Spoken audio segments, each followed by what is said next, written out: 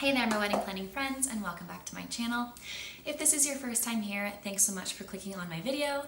I'm Emily Summer. I'm a wedding planner based here in Montana, and I make weekly videos on wedding planning tips and advice. So today's video, I wanted to go over a few details that are important whether you plan on having a wedding planner or not, but especially if you don't plan on having a wedding planner or a wedding coordinator for your wedding. And that is 5 things not to forget to coordinate on your wedding day.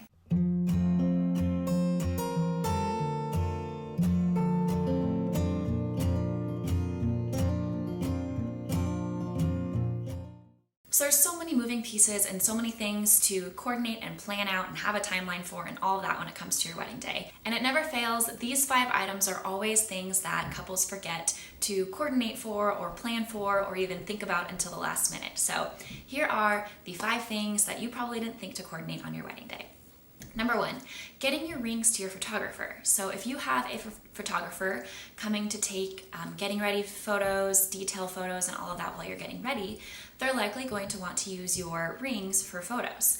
And if you are getting ready on site but your partner is not, you want to make sure that you're thinking about that ahead of time so that you can either have their ring with you or make sure that you have a designated person that's going to be in charge of the rings to deliver to the photographer on that morning, or whatever that looks like for you. Just make sure that you've thought that through and that you have both rings easily accessible for your photographer to use. That goes for pretty much any details when it comes to your photographer and detail photos. While we're on that topic, if you plan on having them use any heirlooms, your veil, your invitation, any other paper items, just have all those things ready to go, maybe in a bag so you can just hand that to your photographer or direct them to where it's going to be so that when they arrive, they have everything they need and you can just continue doing whatever you're doing with your girls. The second thing is your cake topper. Or the top, not the topper, but the top tier of your cake. Decide whether that's something you're going to save at the end of the night and have the traditional freeze the cake, have it on your 1-year anniversary, or if you are nixing that tradition and you just want the whole cake to be cut and served on your wedding day.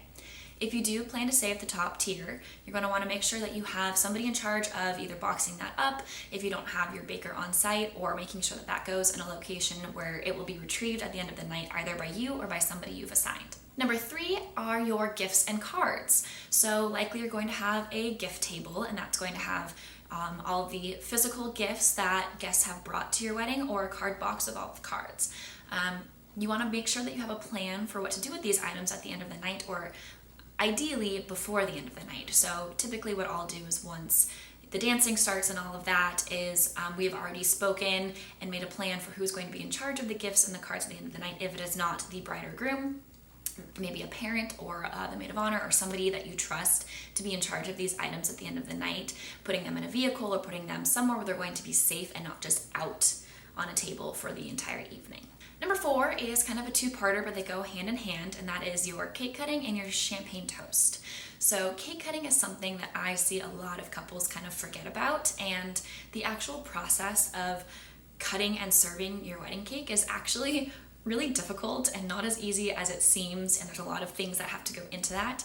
And I highly recommend hiring either your catering staff, or if your baker is available to be on site to do that, to have them do this. It is so much easier, it's going to go so much more smooth, and then that way you know that somebody is in charge of this whole process. You don't have to think about it. You can just cut your little slice, have your photos, do that, and then go back to enjoying your night and not have to figure out the space to cut it, the utensils to cut it with, the proper way to cut it without destroying the cake, and all of that.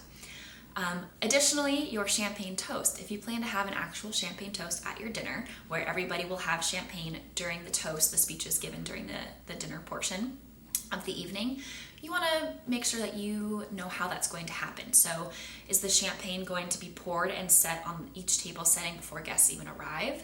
Do you have catering staff that is going to be doing any sort of beverage service during dinner that they can pour the champagne and provide this service? Or is this going to be something that the bartenders will need to do, and you'll need to make sure that they either close the bar if there's only one of them, or that one of them is prepared to run the bar during dinner and the other comes in to serve the champagne.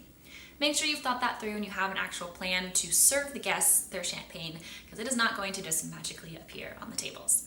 And number 5 is vases from your florist. So if your florist is bringing you vases for your centerpieces, or maybe your bouquets are being brought in vases, likely, unless this is not on your contract that you purchased the vases, you're going to be renting them and you're going to need to return them after the fact. So make sure you have this conversation with your florist beforehand, either discuss whether they are rentals or they are purchased vases by you and how to get them back to them at either the end of the night or the next day or what their policy is here.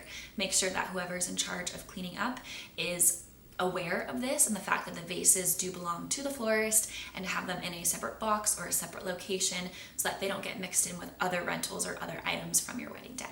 So whether you have a wedding coordinator or not, those are 5 important things to make sure you're thinking through and coordinating for your wedding day. Hopefully you found this video helpful. If you did, please like and subscribe to get weekly videos on wedding planning tips and advice, and we'll see you next week.